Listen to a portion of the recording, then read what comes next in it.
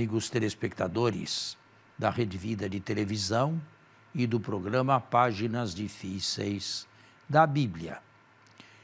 Lembrem-se, nós estamos ainda estudando passos profundos, os Atos dos Apóstolos. Nós, na última reunião, melhor, no último encontro deste domingo, ou desses domingos, devemos ter falado sobre a primeira reunião em Jerusalém. Está lembrado? Mais ou menos. Está, não é? Bom dia, padre. Bem, mas está lembrado da reunião, pelo menos? Sim. Em Jerusalém? Lembra-se de que ela tratava?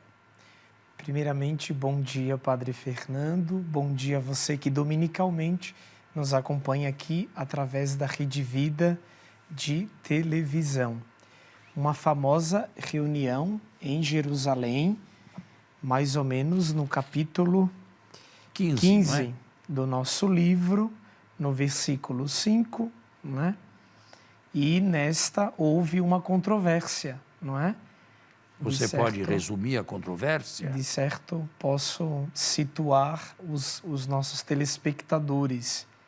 Alguns dos que tinham sido da seita dos fariseus, mas haviam abraçado a fé, intervieram.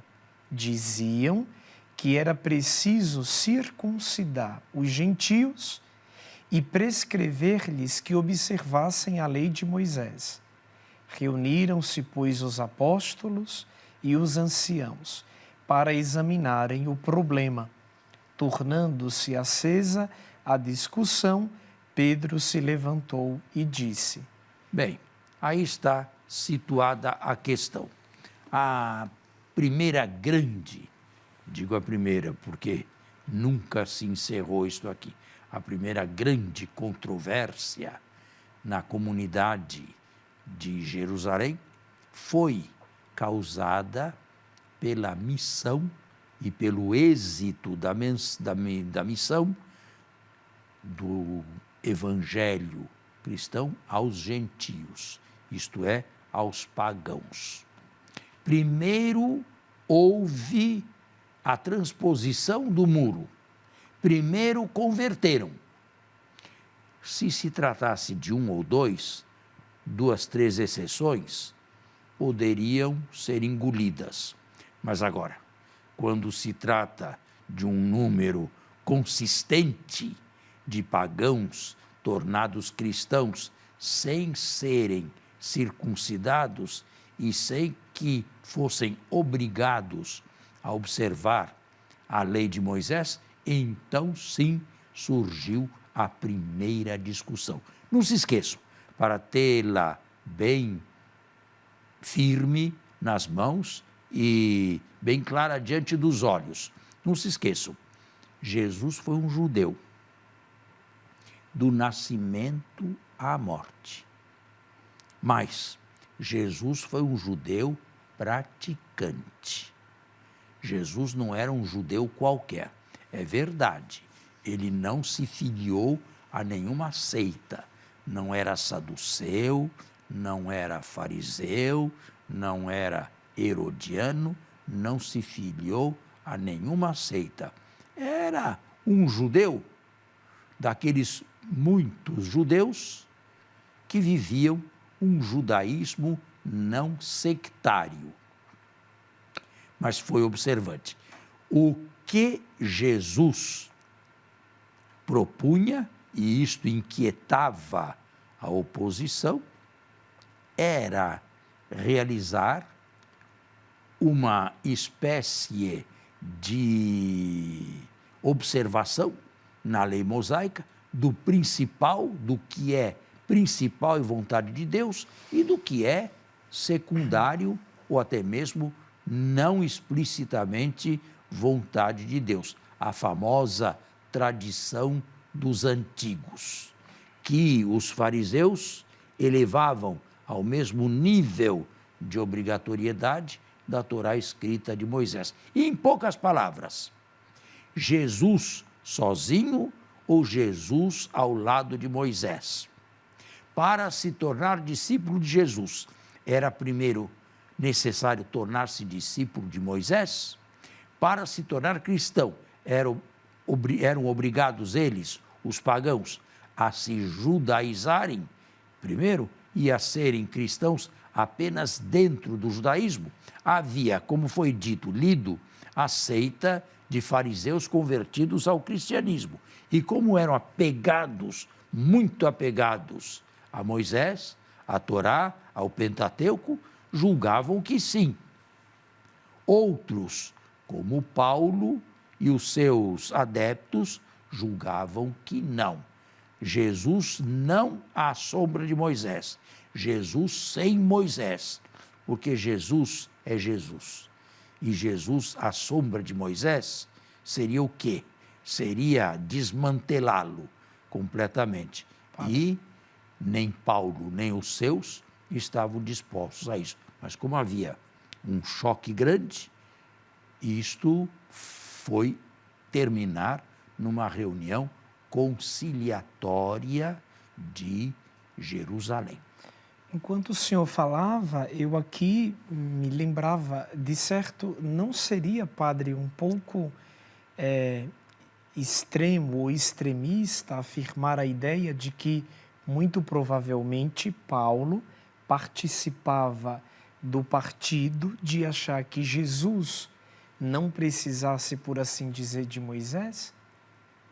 Como o senhor colocou agora? Não seria um pouco extrema essa ideia? Eu não entendi bem a última questão. Seria extrema para quem? Se não seria um pouco extrema essa reflexão teológica de posicionar Paulo como aquele que concebia um Jesus sem Moisés, porque nas suas próprias cartas ele coloca um lugar para a lei.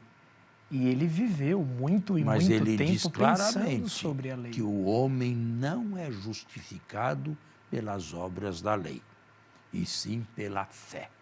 E uma outra questão, padre, para a gente situar um pouco melhor o nosso telespectador. No início da sua fala, o senhor falou sobre o pagão. Nesse momento histórico, quem seria o pagão? Seriam os tementes a Deus, considerados pagãos? Todos aqueles que não eram judeus, que fossem tementes a Deus, que frequentassem a sinagoga ou não, isto era secundário. Claro que os tementes a Deus tinham aqui um posto de preeminência, mas não apenas eles. Havia, quer dizer, fora dos muros do judaísmo, até onde vai a salvação de Deus? Intramuros, aqui dentro, para todos os judeus que estão aqui, ou fora do muro, para os pagãos. Não há um meio termo, não há um tertium quid aí. Sim. Um grupo que não fosse nem pagão e nem judeu. Ou sim ou não. E uma outra coisa, o senhor reconhece que do ponto de vista da própria história, é um pouco difícil pensar diferente dos próprios judeus. Porque, por exemplo, se Jesus foi judeu e como judeu ele observava a lei, como que nasce um novo movimento, tendo como protagonista desse movimento as ações de Jesus, que foi judeu, e que homens, em nome de Jesus, fazem coisas que ele mesmo nunca fez. Por exemplo, ele nunca batizou, mas ele foi batizado por João. Ele o que nunca não tem nada a ver com o nosso batismo. Ele nunca se encontrou com Paulo como se encontrou com Pedro e os demais. Então, a nossa pergunta é, do ponto de vista da história, não fica um pouco complicado aceitar este movimento novo que nasce na igreja cristã, que é o cristianismo? O senhor entendeu minha colocação? Entendi. Vai a resposta. Em primeiro lugar, isto aqui se deu por causa do avanço da cristologia. A cristologia avançava, a cristologia caminhava alto e já esbarrava lá na esfera da divindade de Jesus. E claro que aí deixa Jesus fora de paralelismo, não é? Em segundo lugar, a aceitação do Espírito Santo. Isto é, eles perceberam claramente, através de profecias, através de carismas, que o Espírito Santo aprovava todo esse movimento, inclusive com os pagãos. Então, por causa desses dois motivos, eu imagino que o problema surgiu, que o problema apareceu. Não sei se fui claro. Sim, sim. Mas que, por outro lado, também não é fácil colocar-se no lugar dos judeus para ver um movimento novo que crescia tão apressadamente, como o senhor falou, porque, afinal de contas, não era 1 ou 2 pagãos que se convertiam, mas era um número muito alto, imagina-se, não? Vamos fazer um intervalo e já voltamos.